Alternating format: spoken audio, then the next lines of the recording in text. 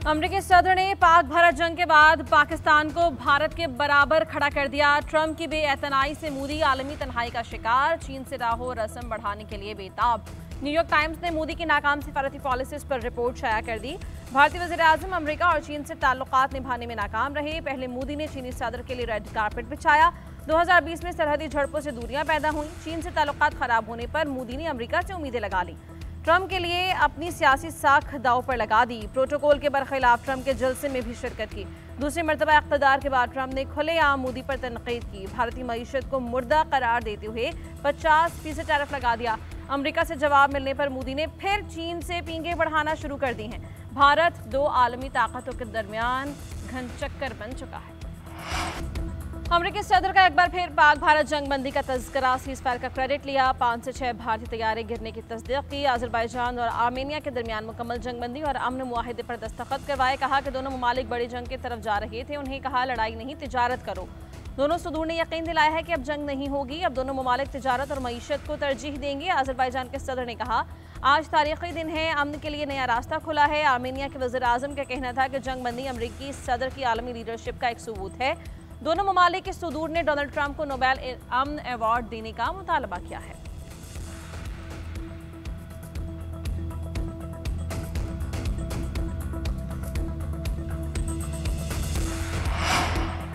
पाकिस्तान का अज़रबैजान और आर्मेनिया के दरमियान अमन मुआहिदे का खैर मक़दम। वज़ीर-ए-आज़म शहबाज शरीफ ने कहा सदर इल्हाम अलीयव को मुबारकबाद पेश करते हैं। यह खित्ता कई दहाइयों से तनाज़ात और इंसानी मसाइब का शिकार है। हम तारीख़ के उस लम्हे में अज़रबैजान के साथ हैं। सदर ट्रंप की क़यादत ने मुआहिदे का खैर मक़दम करते हैं। नायब वज़ीर-ए-आज़म इस्हाक़ डार ने अमन मुआहिदा तारीख़ी लम्हा करार दे दिया। कहा 3 दहाइयों से जारी तनाज़े के हल के जानिब अहम कदम है। सदर इल्हाम अलीयव की बसीरत को सराहता हूँ जिन्होंने इस अमल की क़यादत की। सदर ट्रंप के किरदार को कदर की निगाह से देखता हूँ। वज़ीर दिफ़ा ख़ालिद आसिफ ने पोस्ट किया कि सदर ट्रंप का अज़रबैजान और आर्मेनिया में अमन का मुआहिदा करवाने में किरदार काबिल तहसीन है। सदर ट्रंप की अमन के लिए ये कामयाब कोशिशें तारीख़ी अहमियत और इंसानियत की खिदमत है।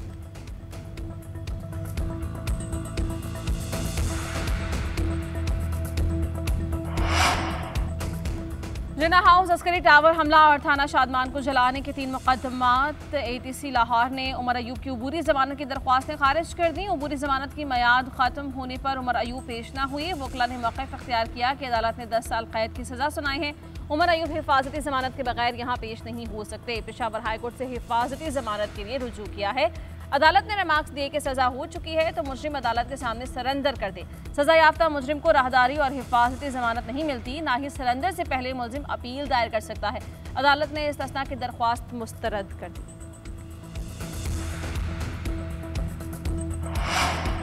बानी PTI और बुशरा बीबी के खिलाफ तोशाखाना 2 केस की समाअत मुलतवी। आइंदा समाअत 15 अगस्त के लिए मुकर्रर। समाअत आज जरियाला जेल में की जानी थी। समाअत से कबल भी केस मुलतवी किया गया। जुडिशल कॉम्प्लेक्स से आइंदा समाअत की तारीख दी गई। बानी के वकला को भी बाज़ाबता तौर पर आगाह कर दिया गया था।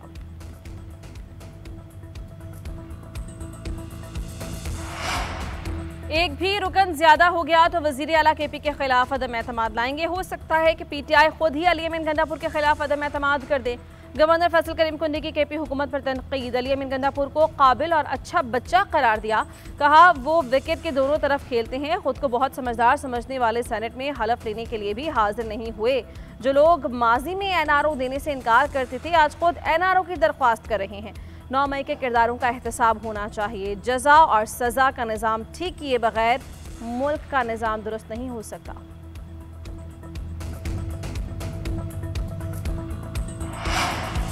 ख्वाजा आसिफ ने अपने फ्रंटमैन को बचाने के लिए पुर्तगाल का शोशा छोड़ा है। पंजाब के 1000 अरब रुपए से जायद के माली स्कैंडल का सुराग पुर्तगाल में मिला। अवाम के टैक्सेस का पैसा पहले लंदन और अब पुर्तगाल मुंतकिल किया जा रहा है। मुशीर इत्तलात KP बिरसर सैफ कहते हैं आम शख्सियात ने अवाम के टैक्सेस से पुर्तगाल में जायदादें खरीदी हैं। पुर्तगाल स्कैंडल की आज़ादाना तहकीकात होनी चाहिए। तहकीकात के बाद पंजाब के 10 खरब रुपए पुर्तगाल में ही बरामद होंगे। चचा, वफाकी और भतीजी पंजाब के खजाने पर हाथ साफ कर रहे हैं। हुकूमत ने 2.5 साल में 78 साल करप्शन के रिकॉर्ड तोड़ दिए।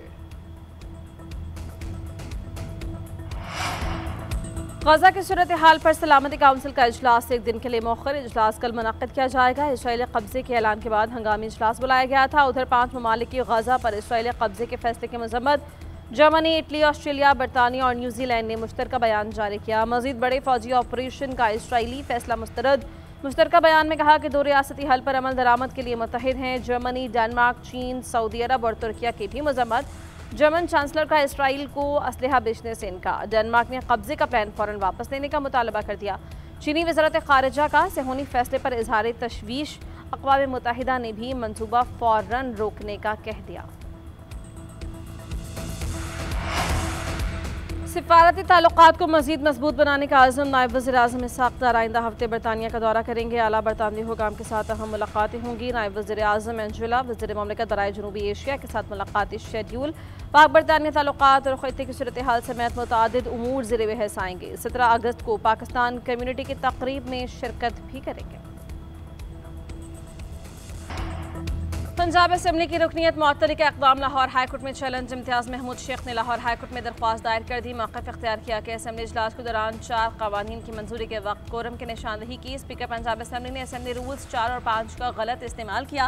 दरख्वास्त गुजार के असेंबली के 15 इजलास के लिए रुकनीत मुअत्तल कर दी। स्पीकर का इक़दाम कलअदम करके रुकनीत बहाल करने का हुक्म देने की इस्तदा की गई।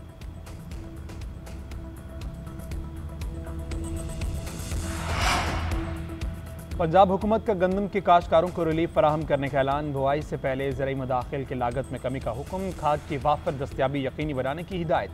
100 अरब रुपए के बिलासूद कर्ज देने की तजवीज़ पर इत्तेफाक। मरीम नवाज ने कहा गंदम के छोटे काश्तकारों को रिलीफ के लिए टारगेटेड सब्सिडी दी जाए।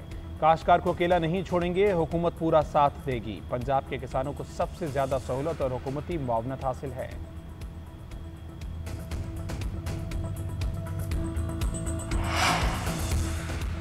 इंतजार की घड़ियां खत्म। कराची की तारीख का सबसे बड़ा मुशायरा आज। एक्सपो सेंटर कराची में तमाम इंतजामात मुकम्मल। वज़ीर बल्दियात सिंध सईद गनी ने कहा कि आज़ादी का जश्न भरपूर तरीके से मना रहे हैं। सिंध हुकूमत ने मुख्तलिफ प्रोग्राम्स तश्कील दिए। आज मुशायरे में मुल्क भर से शोरा कराम अपना कलाम पेश करेंगे। शहरी भी इन प्रोग्राम्स में शिरकत कर रहे हैं। मुशायरे के बाद आतिशबाजी होगी। कल रात को सखर में कॉन्सर्ट होगा। आतिफ असलम के साथ मारूफ शख्सियात शरीक होंगी। 12 अगस्त को मज़ार क़ायद पर लेज़र लाइट शो होगी। फ्रेयर हॉल में भी फैमिली फेस्टिवल कल तक जारी रहेगा।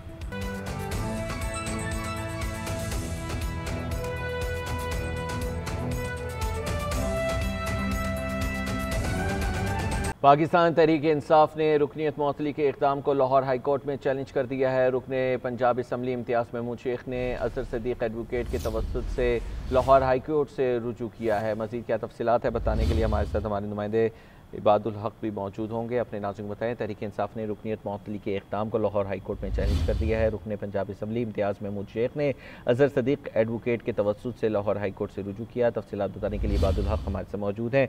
जी बात बताइएगा इस हवाले से। जी इम्तियाज महमूद शेख ने अपनी जो है मुअत्तली को चैलेंज किया लाहौर हाई कोर्ट में और दरख्वास्त दायर की है जो अज़हर सदीक़ एडवोकेट के तवस्सुत से लाहौर हाई कोर्ट में दायर की गई है। इसमें बताया गया कि उनकी रुकनीत को मुअत्तल इसलिए किया गया कि उन्होंने कोरम के निशानदही की। इस पर कार्रवाई करने के बजाय उल्टा उनकी ही रुकनीत को मुअत्तल कर दिया गया है। दरख्वास्त में ये इस्तदा की गई है कि इम्तियाज महमूद शेख की जो रुकनीत उसे बहाल किया जाए और जो स्पीकर पंजाब असेंबली ने हुक्म दिया या अहकाम जारी किए उन्हें कलअदम करार दे दिया जाए। बहुत शुक्रिया, आप हमें तफसीलात से आगाह कर रहे थे। बात